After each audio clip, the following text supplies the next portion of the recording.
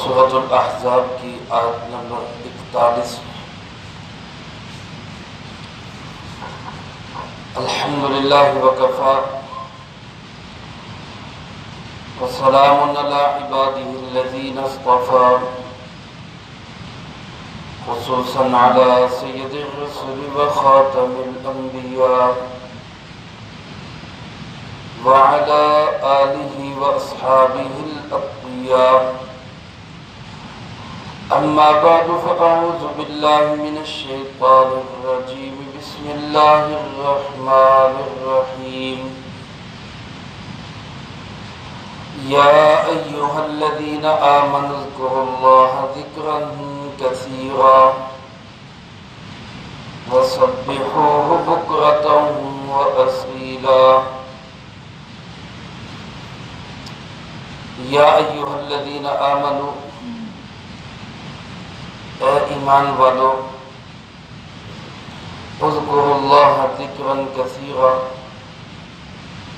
اللہ کو یاد کرو بہت کثرت کے ساتھ، وسبحوہ بکرۃ واصیلا، اور اسی کی پاکی بیان کرو صبح کے وقت اور شام کے وقت۔ یہ سورۃ احزاب کے چھٹے رکوع کا آغاز ہے۔ اس سورۃ مبارکہ کا مرکزی موضوع اور مضمون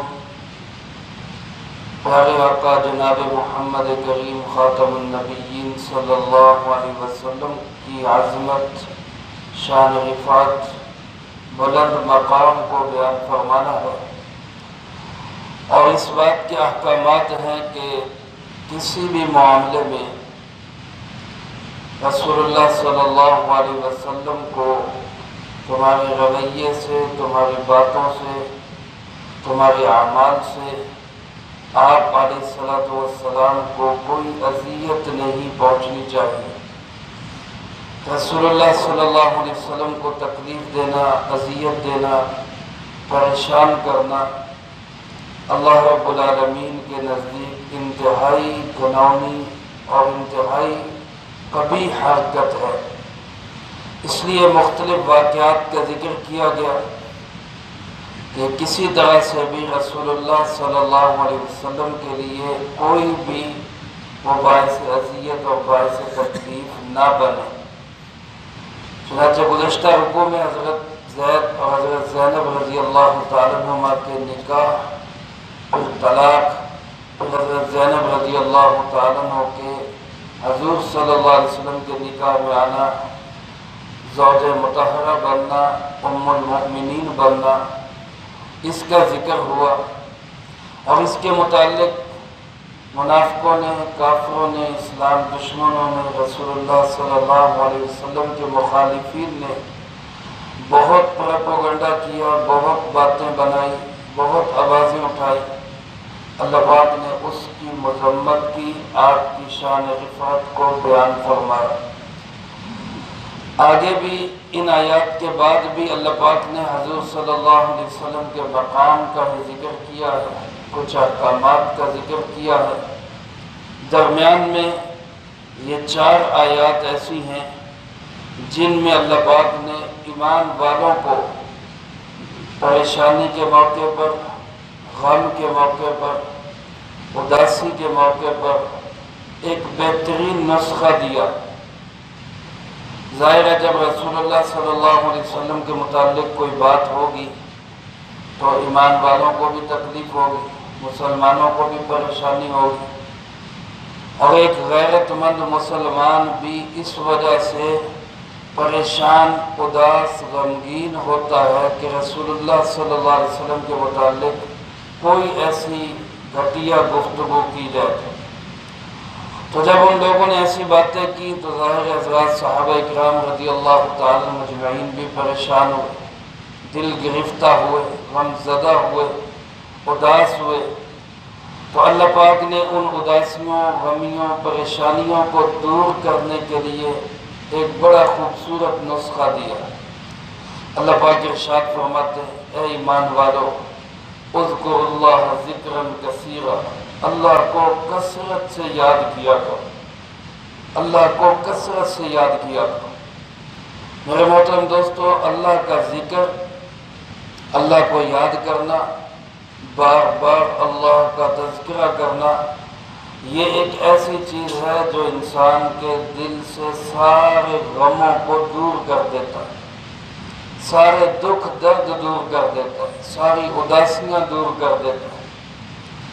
انتہائی پریشانی کے عالم میں جب انسان کہتا ہے اللہ، تو دل کو گہرائیوں تک سکون مل جاتا ہے، گہرائیوں تک، اور اداسیاں ختم ہو جاتی ہیں، پریشانیاں ختم ہو جاتی ہیں۔ آپ کبھی تجربہ کر لیں، آپ کتنے ہی زیادہ پریشان ہوں، دکھی ہوں، اداس ہوں، غم زدہ ہوں، تنہائی میں بیٹھ کے صرف اتنا کہیں یا اللہ میں بڑا پریشان، بڑا دکھی، بڑا غم زدہ ہوں، اور پھر اپنے دل کی کیفیت دیکھیں کہ وہ دکھ درد ختم ہوا یا نہیں ہوا۔ اللہ ایسی تسلی عطا فرماتے ہیں دل کو کہ انسان کے سارے دکھ درد دور ہو جاتے ہیں۔ تو اس لیے فرمائے ایمان والو، کوئی بھی ایسا موقع ہو، کسی بھی وجہ سے پریشانی ہو، کسی بھی وجہ سے دل گرفتہ ہو، غم زدہ ہو، تو اللہ کو کثرت سے یاد کرو۔ میرے محترم دوستو، ذکر جو ہے یہ ایک بڑی اہم عبادت ہے، اللہ کو یاد کرنا بڑی اہم عبادت ہے۔ بلکہ علماء نے لکھا ہے کہ ساری عبادتوں کا نچوڑ اور مغز جو ہے وہ اللہ کا ذکر ہے۔ نماز پڑھی ہے، اہم ترین عبادت ہے اللہ کی توفیق سے، تو نماز کا بھی جو جوہر ہے وہ کیا ہے؟ وہ اللہ کا ذکر ہے۔ اقم الصلاۃ لذکری، نماز قائم کرو میری یاد کے لیے۔ ہم نماز پڑھتے تو کس لیے کہ یا اللہ تو ہمیں یاد ہے، اللہ تیرے لیے نماز پڑھ رہے ہیں۔ تو یاد، ذکر کا مطلب کیا ہے کہ ہر وقت اللہ کو یاد رکھو، ہر وقت اللہ کو یاد رکھو۔ جیسے کسی انسان کو کسی سے محبت ہو جائے، دنیا کی محبتیں، تو انسان چاہے کسی بھی کام میں ہو، دھیان اس کی طرف ہی ہوتا ہے، باتیں اسی کی ہوتی ہیں، زبان پہ نام اسی کا ہوتا ہے، اور انسان ہر وقت جو ہے وہ کوشش کرتا ہے کہ اسی کا نام، اسی کا تذکرہ، اسی کا گھوم پھر کے پھر اسی کا ذکر آ جائے۔ یہ تو دنیا کی محبتیں، چھوٹی چھوٹی محبتیں، عارضی محبتیں، ناپائیدار محبتیں۔ اللہ رب العالمین کی محبت تو سب سے اعلیٰ محبت ہے، پائیدار محبت ہے، ہمیشہ کی محبت ہے، اور وفاداری والی محبت ہے۔ تو جب انسان ہر وقت اللہ کو یاد رکھے گا تو اللہ بھی ہر وقت اس بندے کو یاد رکھے گا، کیونکہ اللہ کا وعدہ ہے تم میرا ذکر کرو میں تمہارا ذکر کروں گا، فاذکرونی اذکرکم، تم میرا ذکر کرو میں تمہارا ذکر کروں گا۔ ہم اللہ کو یاد کریں گے تو اللہ ہمیں یاد کرے گا۔ اور ایک حدیث پاک میں آپ صلی اللہ علیہ وسلم نے ارشاد فرمایا، اللہ پاک ارشاد فرماتے ہیں، یعنی حدیث قدسی ہے، اللہ پاک ارشاد فرماتے ہیں جس کا مفہوم یوں ہے کہ میں اپنے بندے کے ساتھ ہوتا ہوں۔ اللہ فرماتے ہیں میں اپنے بندے کے ساتھ ہوتا ہوں جب تک اس کے ہونٹ میری یاد میں ہلتے رہتے ہیں، جب تک اس کے ہونٹ میرے ذکر کے ساتھ، میرے نام کے ساتھ ہلتے رہتے ہیں، یعنی جب تک ہمارے ہونٹ، ہماری زبان سے اللہ اللہ ادا ہوتا رہے گا، اللہ فرماتے ہیں میں خود اس بندے کے ساتھ ہوتا ہوں۔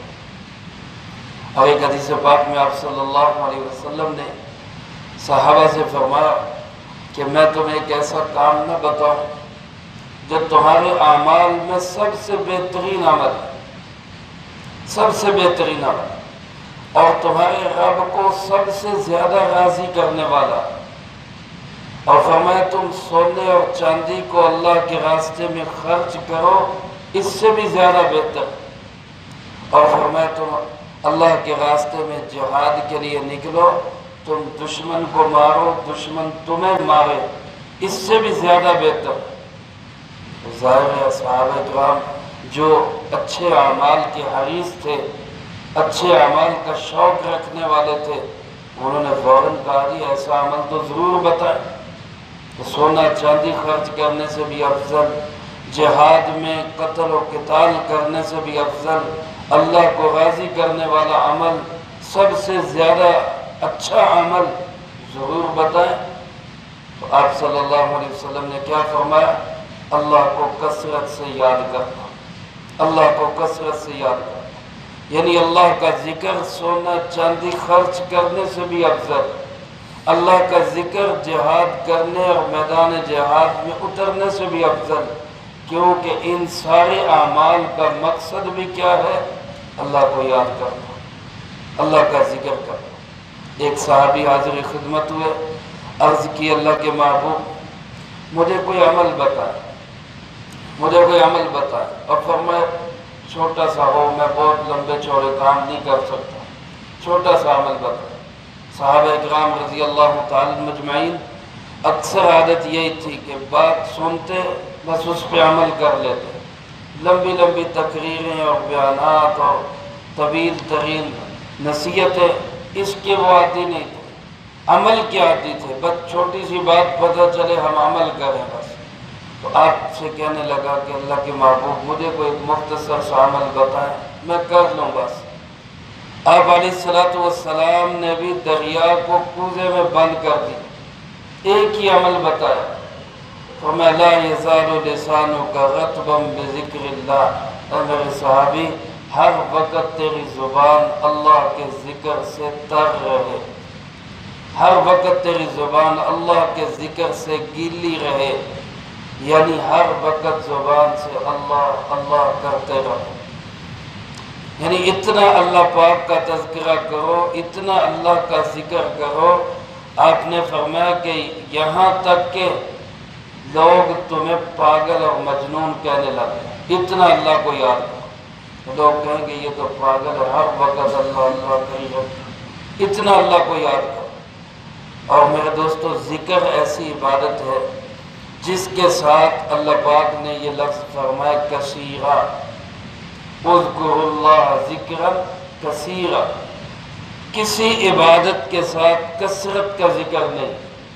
نماز پڑھیں گے محدود ہے، فجر کی آپ حضرات نے 2 رکعتیں پڑھی، ہم سب نے 2 فرض پڑھے، اس کو ہم 3 نہیں کر سکتے، اس کو ہم 4 نہیں کر سکتے، اس کو ہم 6 نہیں کر سکتے، زیادہ کریں گے تو نماز نہیں ہوگی، نماز ہی نہیں ہوگی۔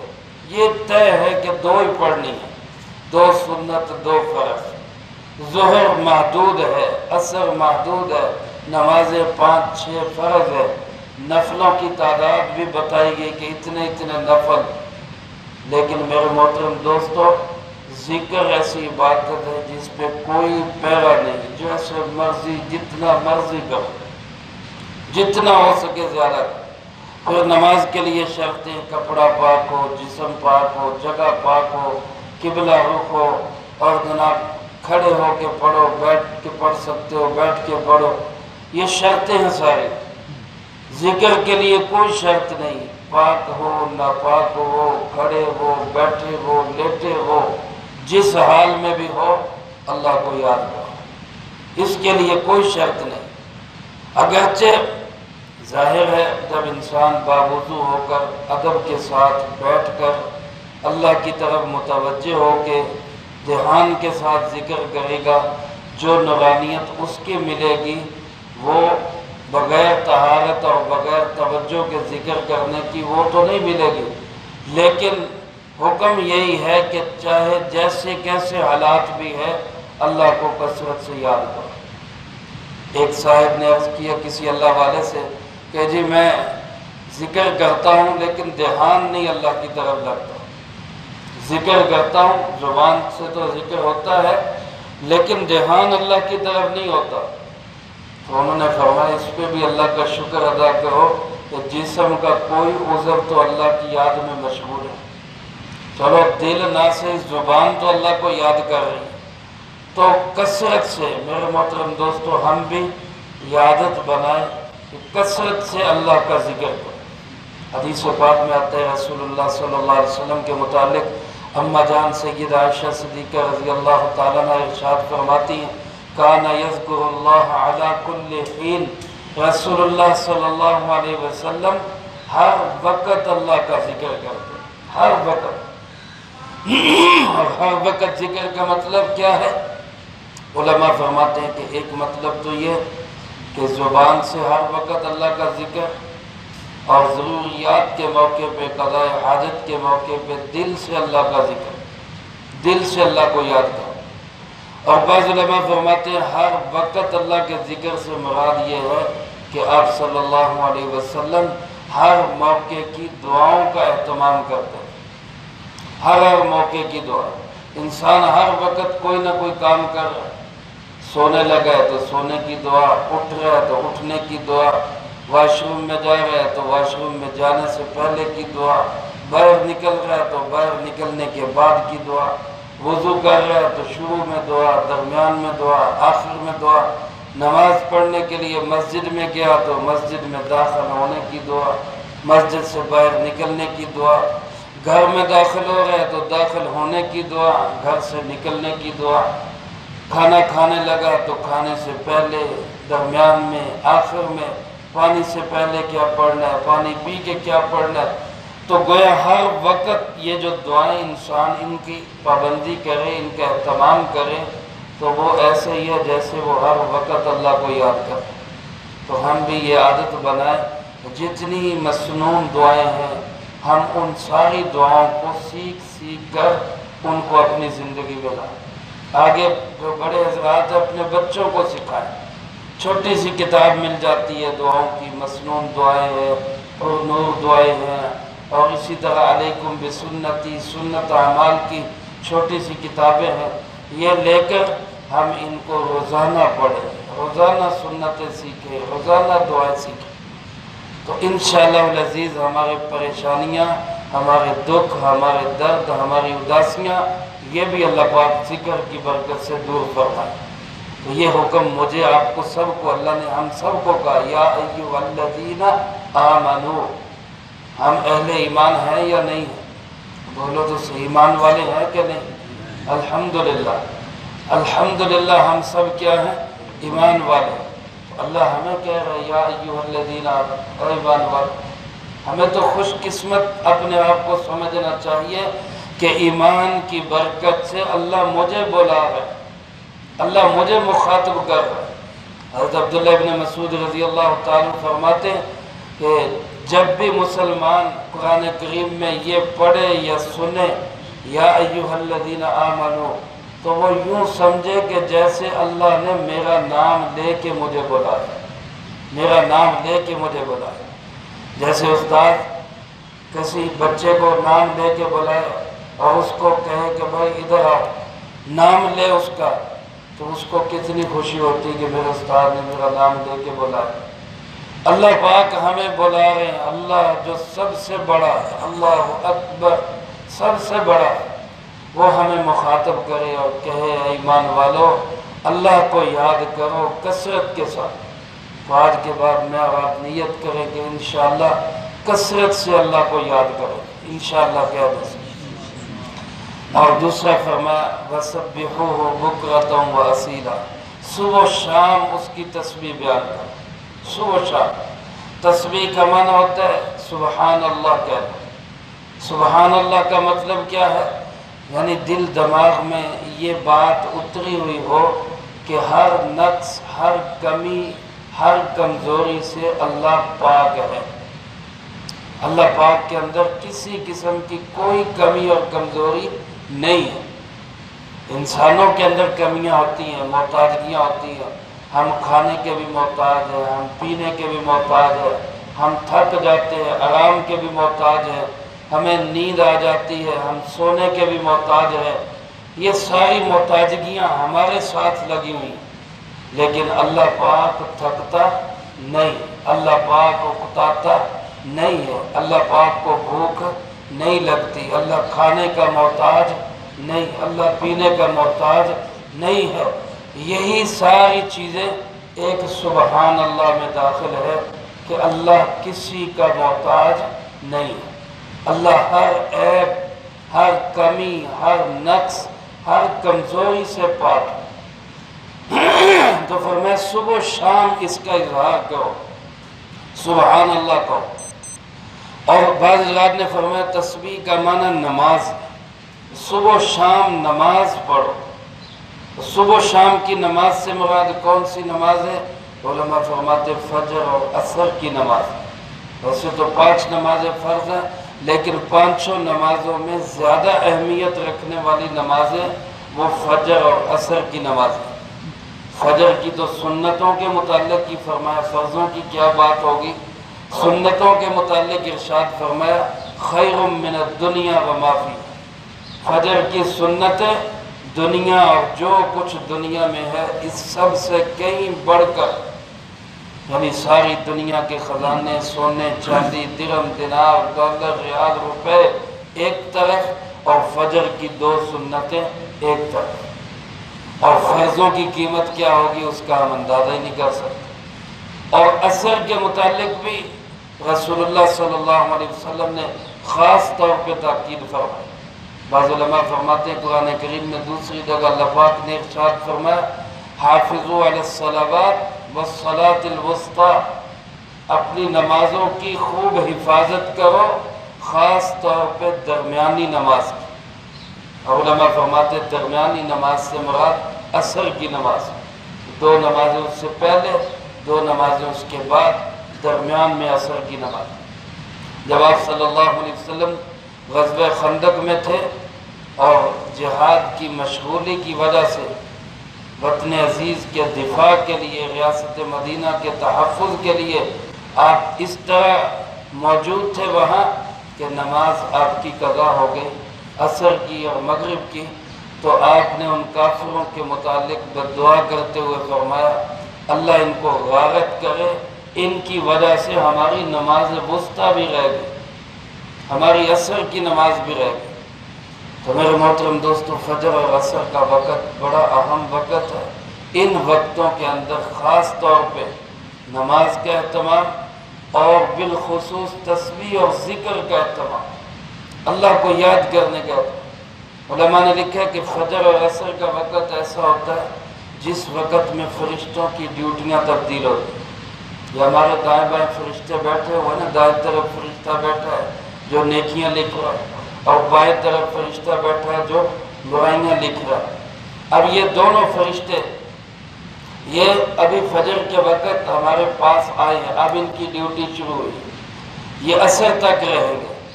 عصر کے وقت یہ چلے جائیں گے، 2 اور آ جائیں گے، اور وہ عصر سے لے کے اگلے دن فجر تک وہ ہمارے ساتھ رہیں گے۔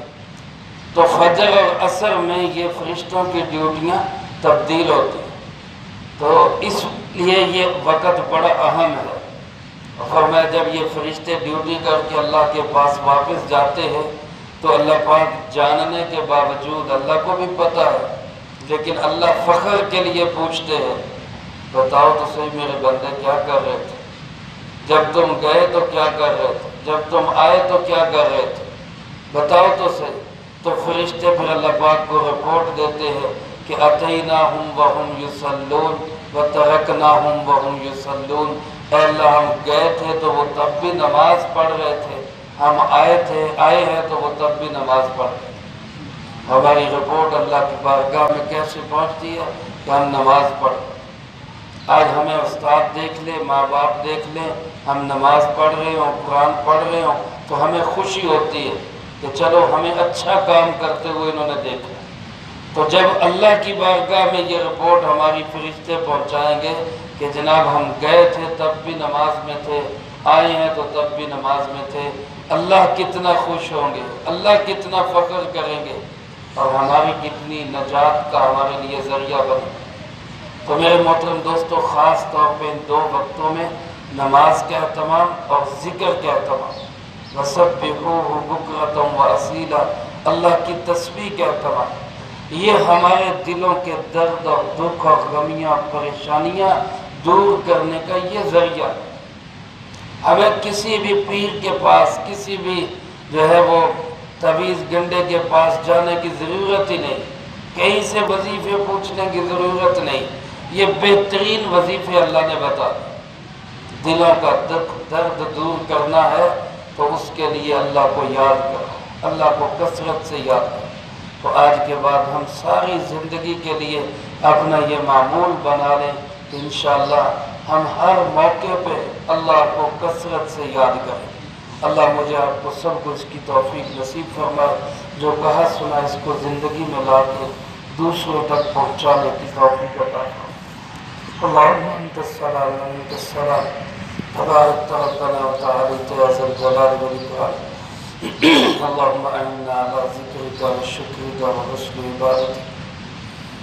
اللهم أحسن عاقبتنا في الأمور كلها وأجرنا من خزي الدنيا وعذاب الآخرة۔